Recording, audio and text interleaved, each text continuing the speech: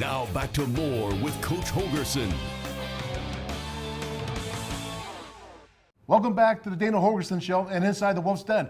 Once again, we have offensive coordinator Jake Spavital along here with me, the Wolfman. Looking at Kansas, we got the bye week bias, but we didn't get a chance to review it. So let's take a look at what's going on here. Your rushing game is doing very well. You're second in the Big 12, 231 yards per game. Only the TCU who has 232. So let's take a look here. Justin Crawford, Jake, I want you to take it away. And tell us what's going on. All right, definitely. This is the first play of the game. Actually, we were trying to get it on the perimeter. We were doing a short motion right here with David Sills. We were trying to get it out there, get it out in space to have an easy completion, get the game started. But came out, Kansas played us a little bit different than what we expected. It's a great job by Will Greer, understanding that we have a 4-2 box with a high safety coming into the run fit. It set the tone. We got a 13-yard gain off the first play, and I love the physicality of Eli Wellman right here, setting the tone on coming across and hitting this linebacker and kind of creating a splitting the defense in half right here. We're going straight through the A gaps, and I like how Crawford, with his aggressive nature, is getting upfield and getting vertical and trying to split the safeties. Yeah, JC, 125 yards in that game here. He's leading the Big 12 also in rushing with 112. So he's doing a fantastic job. And in the next play here, let's take a look here. You're going to see he's scoring 6 touchdowns so far this season. And this is what I really love. I love the fact that he's doing what? He's trying to play middle of the road. Tell us about that and what they're trying to do. Yeah, definitely. With these wide splits, you got a 2-by-2 set. This linebacker right here he's kind of in a predicament where does he play the pass game out here, or is he going to be added into the run fit? And with this type of run game with Crawford offset over here to the right, we're going to build a wall with these 5 working to here.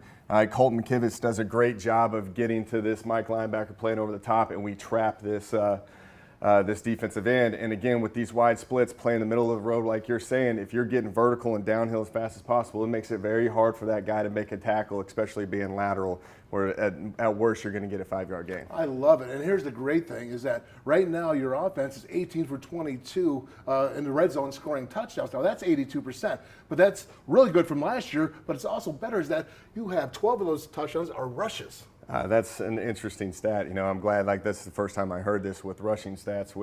I'm a big believer that you've got to be able to rush the ball when you get into the score zone, red zone area. But I thought you were the passing guy. No, the stats are a little bit skewed when it comes to it. Let's take a look at the last play here. Okay, Kenny McCoy also having a big day, 105 yards rushing here, does a great job, and I think we're going to see Matt Jones here, the center, get a little bit down and dirty. Yeah, exactly. So this is the same play that you saw earlier with Crawford. We're doing a split zone where, again, with the wide splits, this guy's playing middle of the road, and this guy's kind of playing the middle of the road too. Where is he playing over the top or inserting into the run fit, which is a great example of splitting the safeties, getting right through the A gaps. Again, Eli Wellman fills it out, he hits it.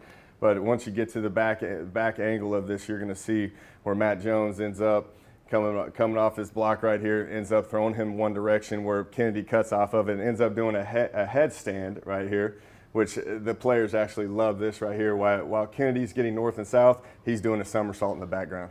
Gotta love Mike Joseph working the neck. Yeah, exactly. Mike Joseph does work a lot of neck. Okay, so now let's take a look at your passing game here. Will Greer, 347 yards, 2 TDs in the game. But also, he's putting up great numbers, but so are your wide receivers. And David Sills, 8 catches, 130 yards, and 2 touchdowns as well. So, I mean, go ahead and show us this. This is a cover 4 right here. Yeah. And I want you to show you what he's looking at and what they're doing here and the strategy of your wide splits as well. Yeah, definitely. With these wide splits, again, talking about those affecting the pass game now. We talked about it affecting the run game, but if you notice how far off the hash these safeties are, these wide splits are allowing a huge space in the middle of the field to attack during this quarter's look. And this play right here is a play action. We actually didn't catch him in a very good look for this play. This is actually very well executed by these two, but we play action trying to get this weak alley linebacker to bite on the run, but he has nothing to do with the run. Again, he's playing middle of the road. He decided to play the pass on this one. But what happened is Sills has a great job with his stem. He gets to the depth. He breaks the route up off the top. But with these wide splits and a vertical route right here with Gary, it pulls that backside safety off, and they deliver a great ball into a tight window, which there's a lot of space in the middle of the field. Very accurate, absolutely. And you know what? You're going to see a lot of this against TCU this week coming up. For sure. Okay, let's take a look at this next play now.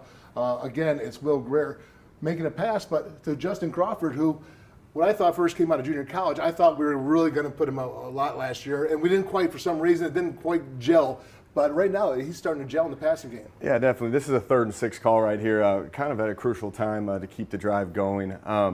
You know, what people don't recognize about Crawford is he has exceptional ball skills and he can catch the ball in space. So this was a pick route where we put actually David Sills in the backfield right there, where we sent vertical, which that's going to lure the attention of that linebacker and that safeties, which clears everybody out. All right, we ran a slant route with Marcus Sims where we have a huge space over there.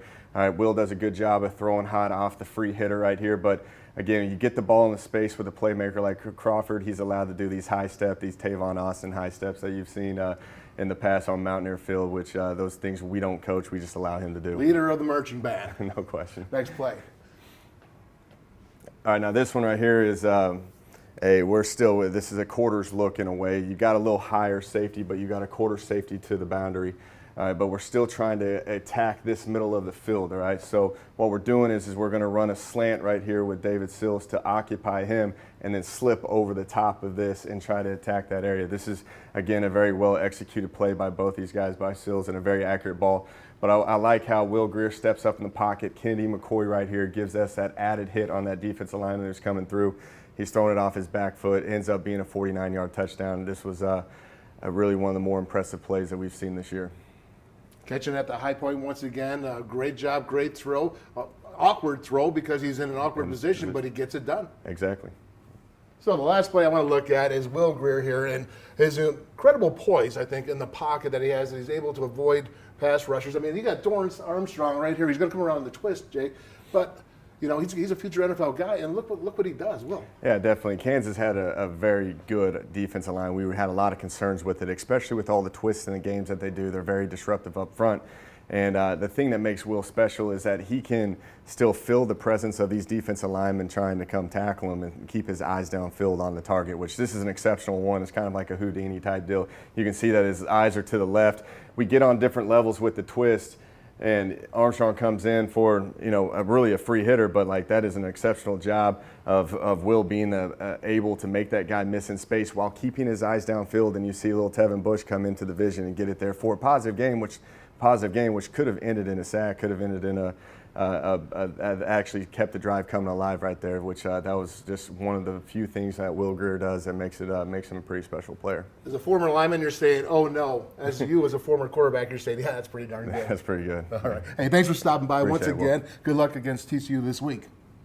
And stay tuned for more of the Dana Holgerson Show to come. Wolf's Den is sponsored by the all-wheel drive RAV4, the official SUV of the Mountaineers, with all these advanced safety features standard. Visit buyatoyota.com for special offers. Toyota, let's go places. Don't go away. More of the Dana Holgerson Show is coming up.